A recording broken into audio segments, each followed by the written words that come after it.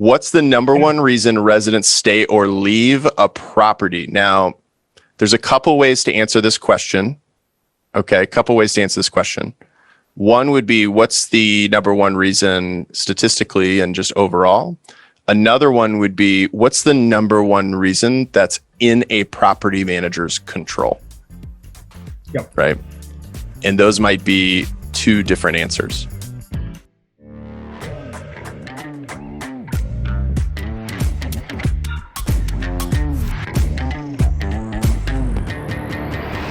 You are in the right place if you're here for the future of resident experience. We're going to dive right in because, listen, there's no time to wait for a triple win. Future of resident experience is what we're going to talk about here. We're going to share a couple things that we haven't shared before, some exciting visions of the future. We're going to talk about why the word experience is so intentional, what industry leaders are doing today, and what they're talking about doing in the years to come. So if that sounds interesting to you, then you are in the right place. So listen, I'm Andrew Smallwood. I do want to give a formal introduction to our CEO and co-founder of Second Nature, Thad Tarkington, who you can see is in our company's headquarters in Raleigh, North Carolina. Thad, it's great to be with you today, my man. Great to be here. Thad, I'd like to get right into it, which is the title of this panel's Future of Resident Experience. And the word experience is significant, it's intentional, it's important. Could you give us a little context, and I'll draw some pictures while you're talking, just to talk about why the word experience was intentional and important. Absolutely. So, the reason we think the word experience is important, and it's what we're really passionate about, is if you look at the history of economic value, and there's a book called The Experience Economy that really lays this out well. If you go back to, call it, the 1700s, 90% of people farmed as a living. So there was some services, there was some manufacturing, but largely it was a cottage industry. Everyone did their own farming, their own housing, food. And that was really, where people worked. And the only industry was commodities gathering. So, if you fast forward, 200 years, you have the Industrial Revolution. And essentially with manufacturing, that's really where the value was. So gathering commodities, was commoditized, as we say now. And manufacturing was the high value, high margin innovation that we started to see at scale. And so, if you look in the United States, Industrial Revolution, fast forward to, 2000, then we went into the services economy. So manufacturing became commoditized. What was high margin and innovative now became commoditized and low margin. And so, we went from 90% of people farming to then 90% of people manufacturing.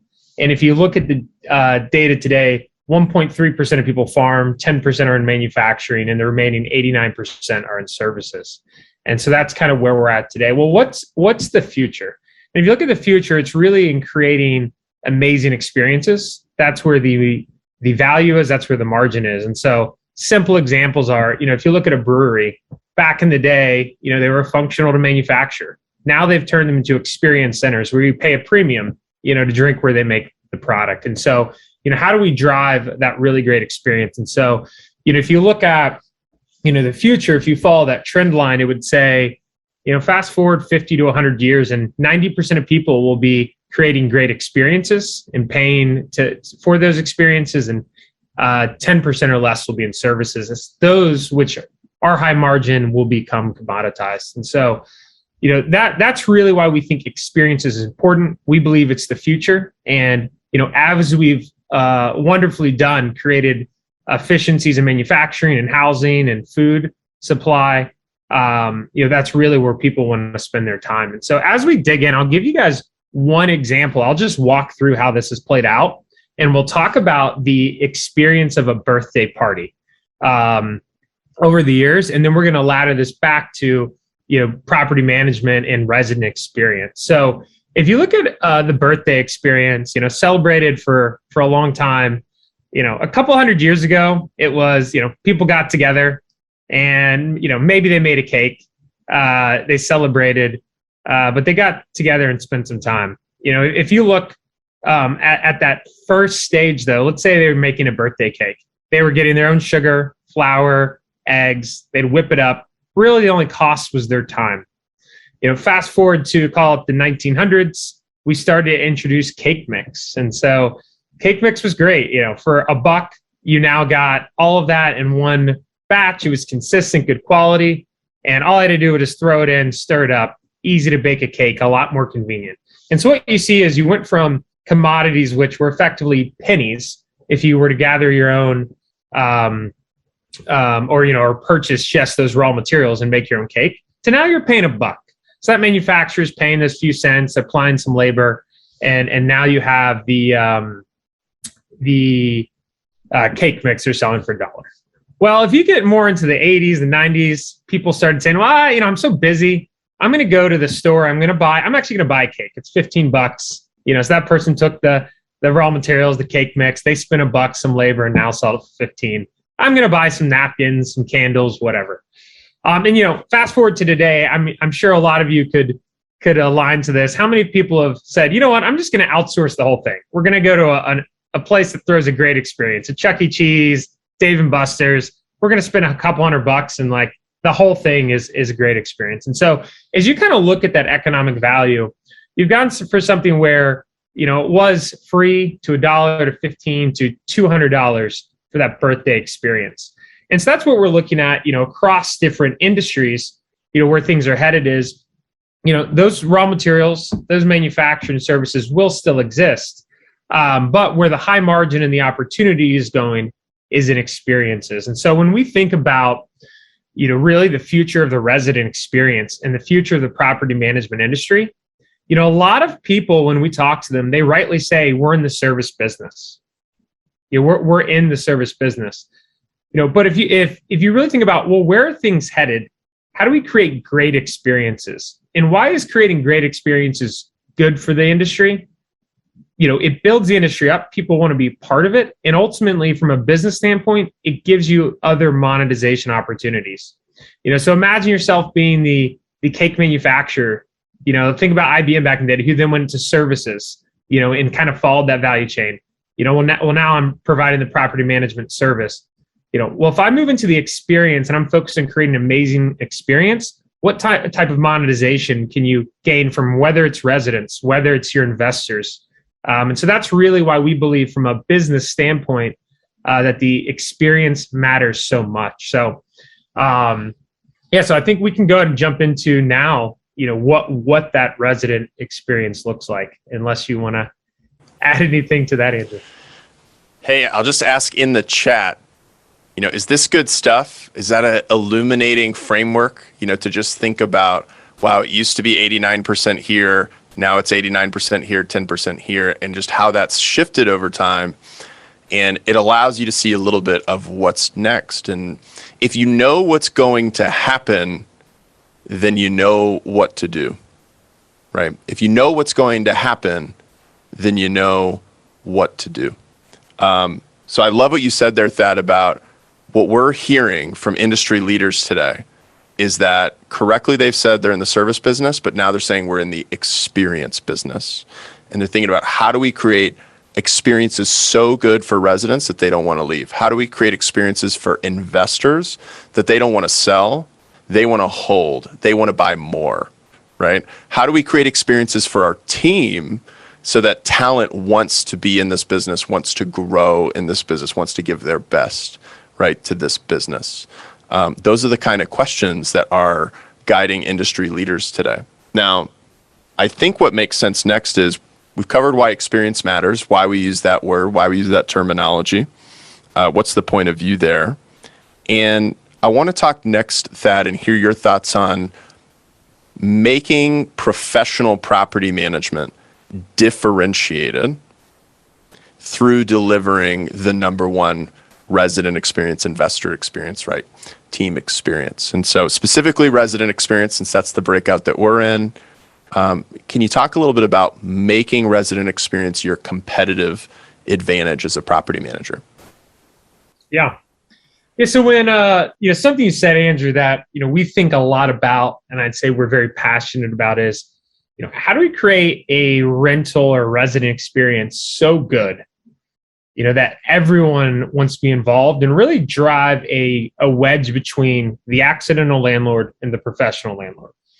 And, when we think about resident experience, one of the kind of starting points or a tool we see is the resident benefit package, and really how it's a tool to articulate the value that a professional manager brings.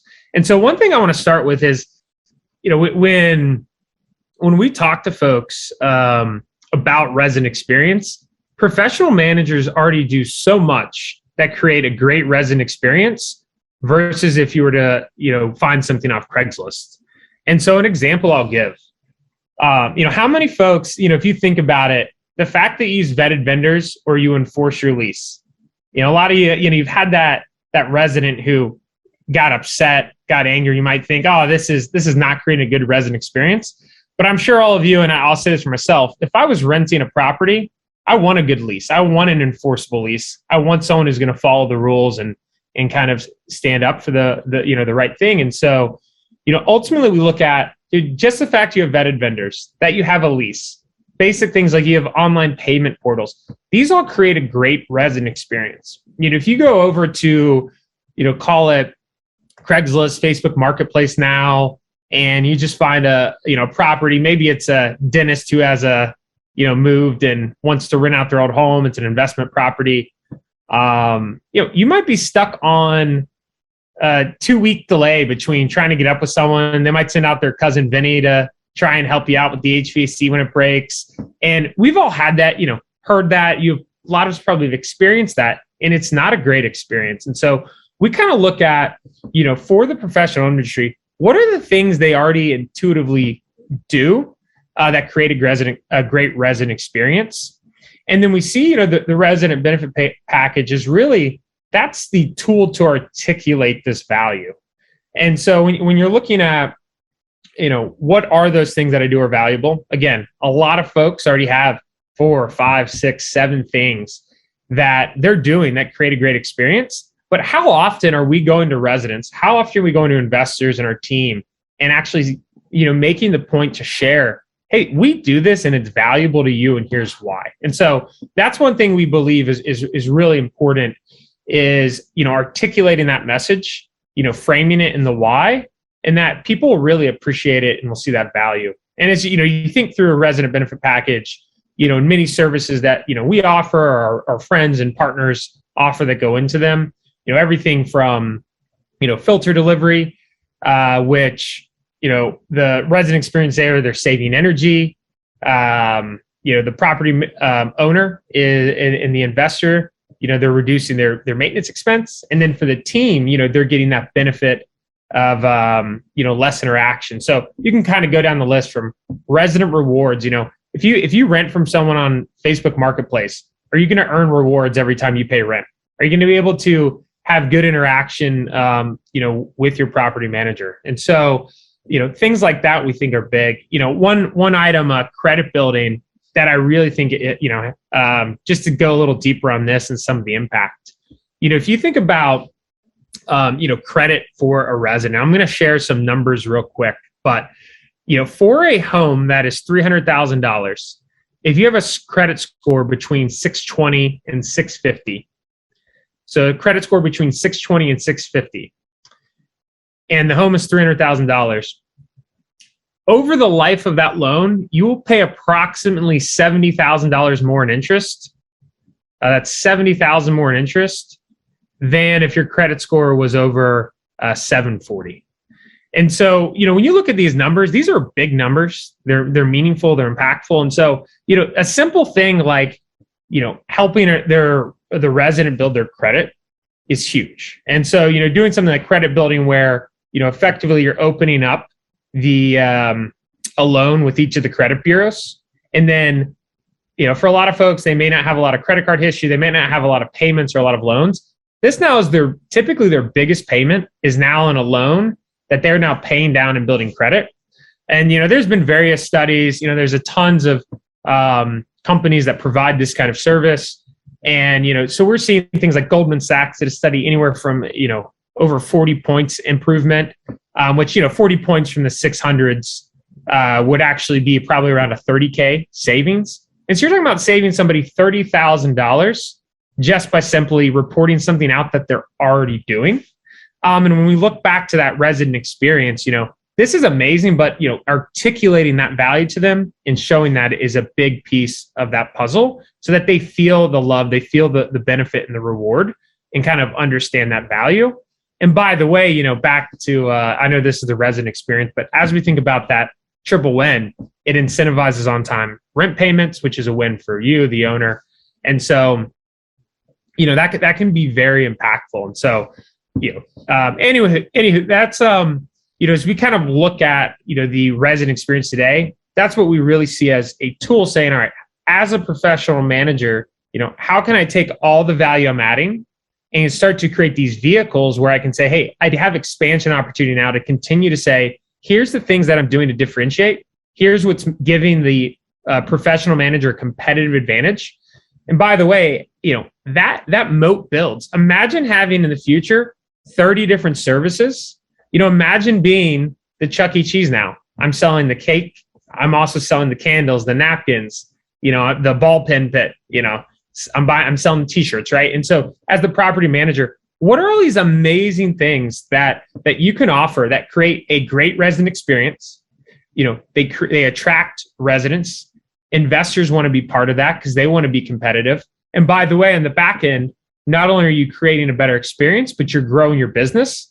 And we imagine a future where, if you look at the property management industry and you can just see where things are headed with technology, really trying to automate and innovate on the kind of basic service of, you can lease a property, you can collect rent and kind of automate that. That's where you really see over time, those services margins will compress.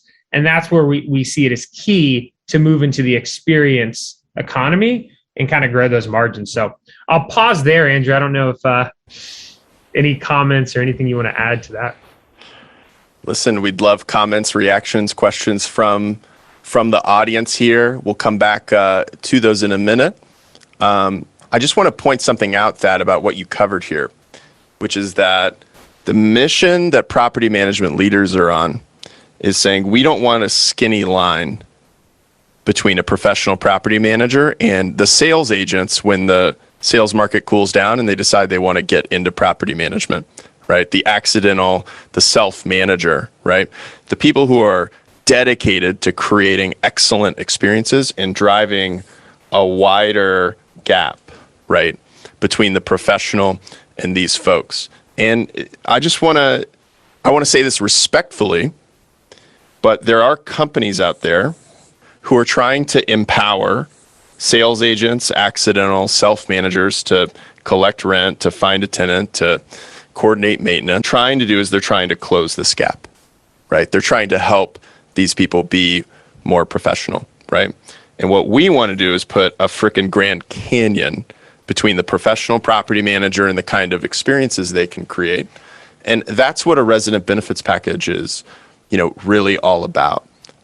It's about creating the number one resident experience, and it's the kind of thing property managers can hang their hat on, not just in talking to residents, but also when talking to potential investors of here's all the things that we can do and the kind of things we can deliver and the kind of experiences that we can create that are going to be relevant, attractive, right, and ultimately deliver not just a win for the resident, but also a win and better financial outcomes and experiences for you as well. Less HVAC maintenance bills because filters are getting changed on time. More on-time rent payments, right? Thanks to credit rewards. Hey, everything gets set up more seamlessly thanks to a utility or move-in connection concierge and a number of other things, right, that are happening here.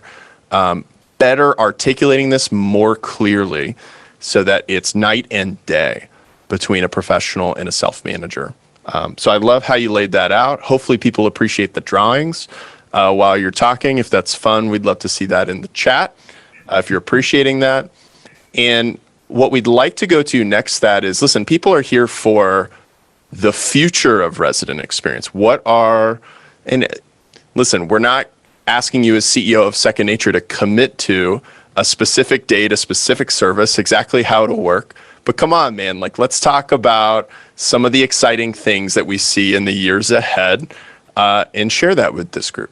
So, thinking about the future, and this is what we do all day. Is we work with over 1,000 property managers. We're constantly talking to them. We're talking to their vendors, innovators, and really understanding where's the future headed and what does it look like. And when I think about Andrew shared, there's people on a mission to say, how do we create a service that's just good enough? So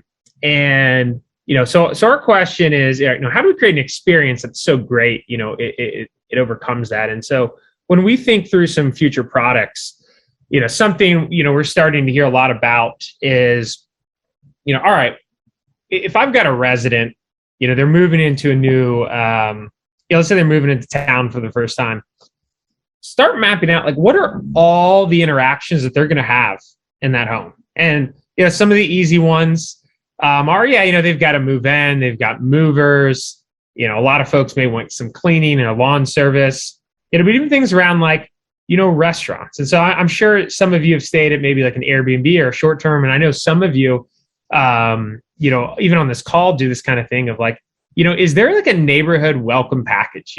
Here's things you can do. Here's people you can talk to, maybe even having a concierge on staff that's there to help folks out.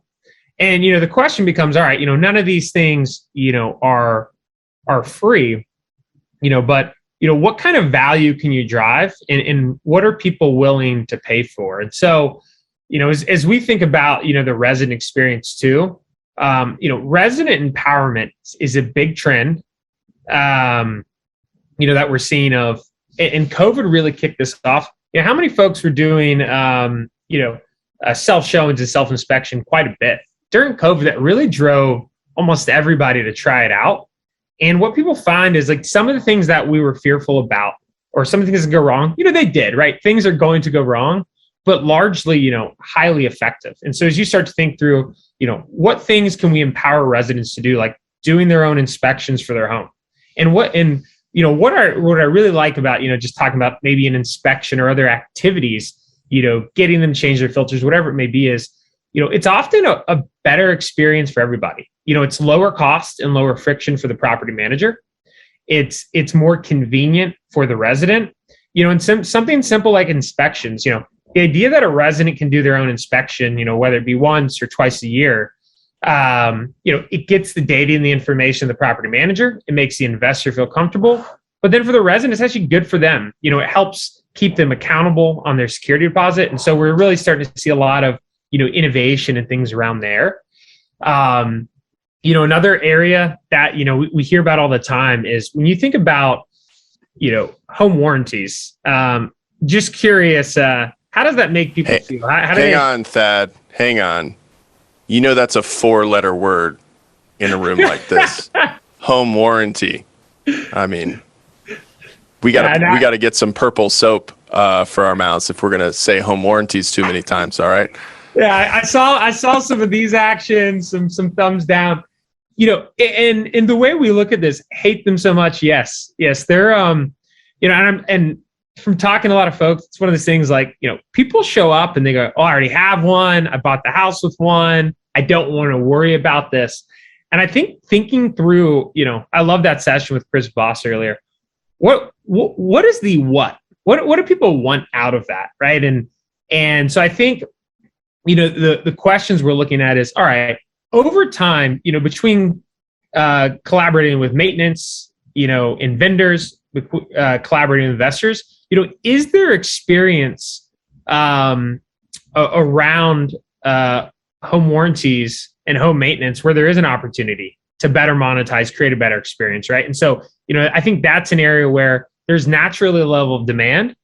There's naturally an interest from folks. And so, rather than resist, is there innovation around that can really drive that and become a large revenue center for folks? And I'm loving the comments, oil and water. that is the reality today. The home warranties on the market are oil to your water. And so, what are the innovation there?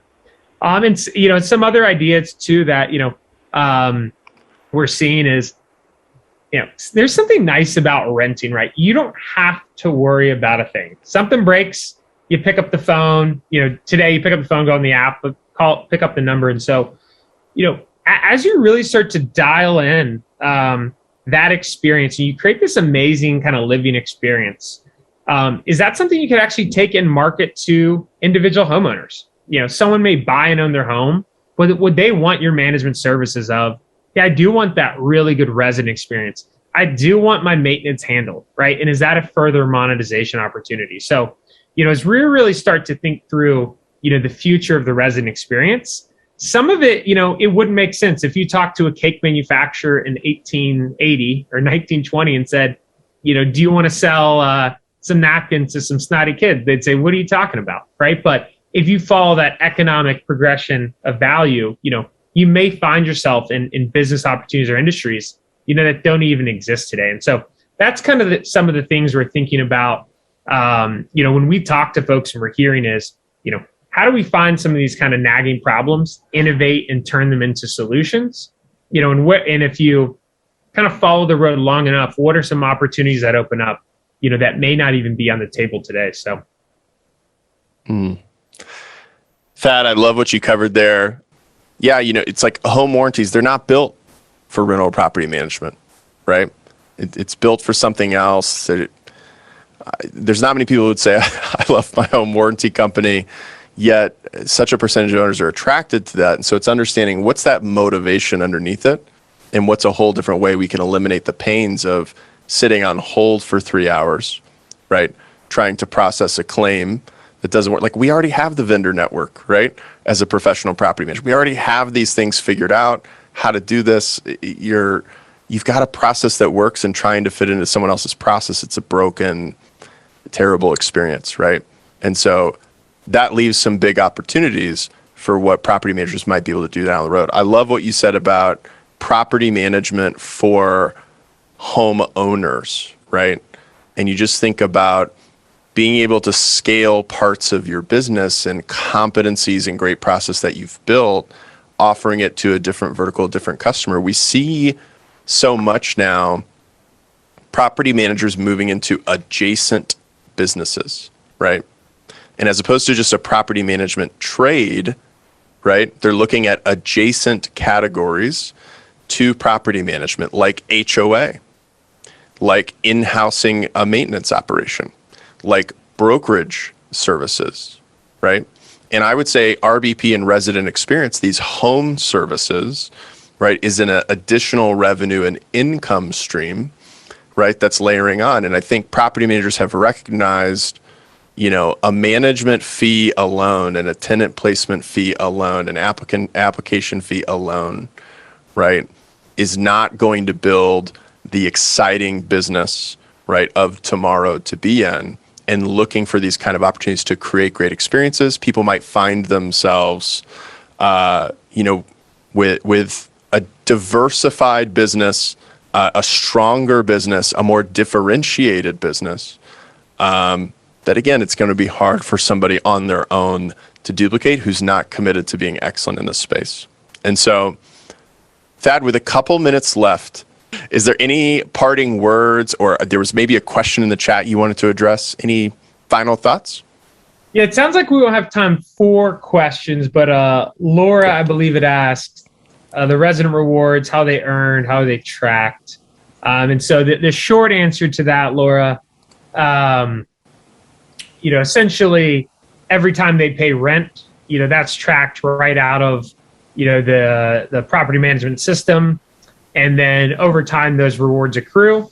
And then, just like anyone who has a credit card rewards program, some folks like to go in and, spend their points every single month. Other folks like to accrue and get a bigger item, but they're naturally just accruing as they pay their rent on time. So, Trent, we got questions. You got one? Also, you could give Trent a question.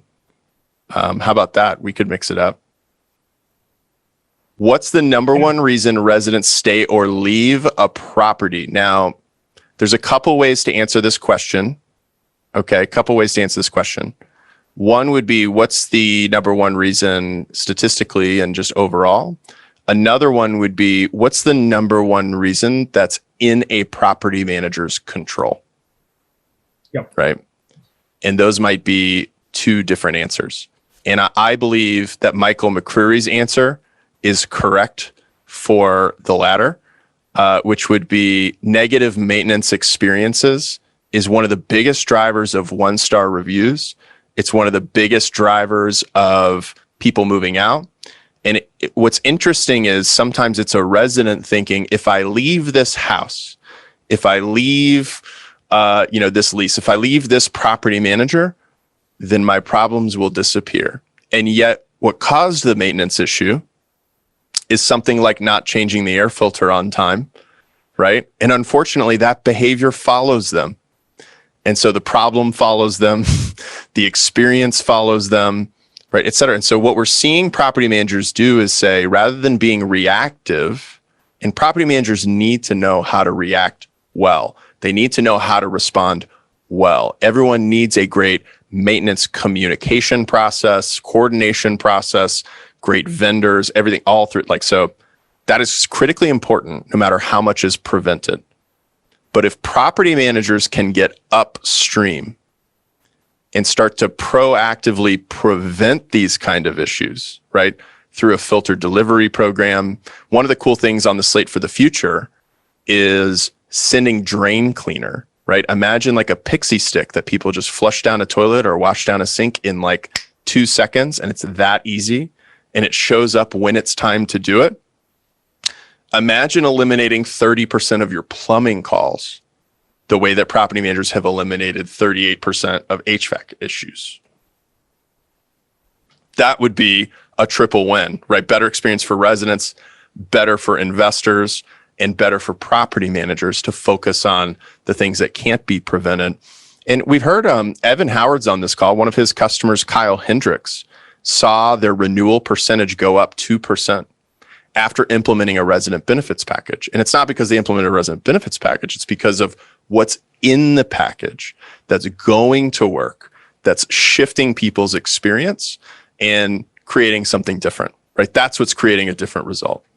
And so great question. I think that was Chase who dropped that in there. Excellent question, my friend. Thank you. Nicole, do you find pushback implementing RBP? Great question. Ask hundreds of our customers who are on this Zoom. I'll let them reply directly to that.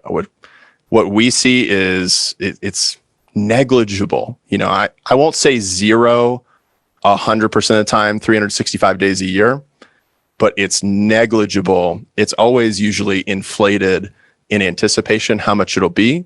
And importantly, you've got to get your pricing right, and you've got to get your implementation and execution right, the best practices of how to market it, how to present it, how to position it. And that is something Second Nature can help you with, whether you end up having us fully manage it for you or decide to do it yourself. We can show you the best practices that property managers are using. Well, hey, with a minute left, I just want to encourage for everyone in this group, if you have questions about what goes in a resident benefits package, if you have questions about, do I do this at new lease? Do I do this at renewal? How, with the number of services going on here, like how does that all get managed? Like that's 8 different portals, everything else. I can't go into how Second Nature addresses this with time here, but book a profit map call, and you don't have to work with Second Nature. The point of the profit map call is just to show you, here's what property managers in your market are doing. Here's what they're including. Here's the kind of pricing that's working based on the service and product mix. You can get that with no strings attached. Thad, thanks so much for your expertise and everything here.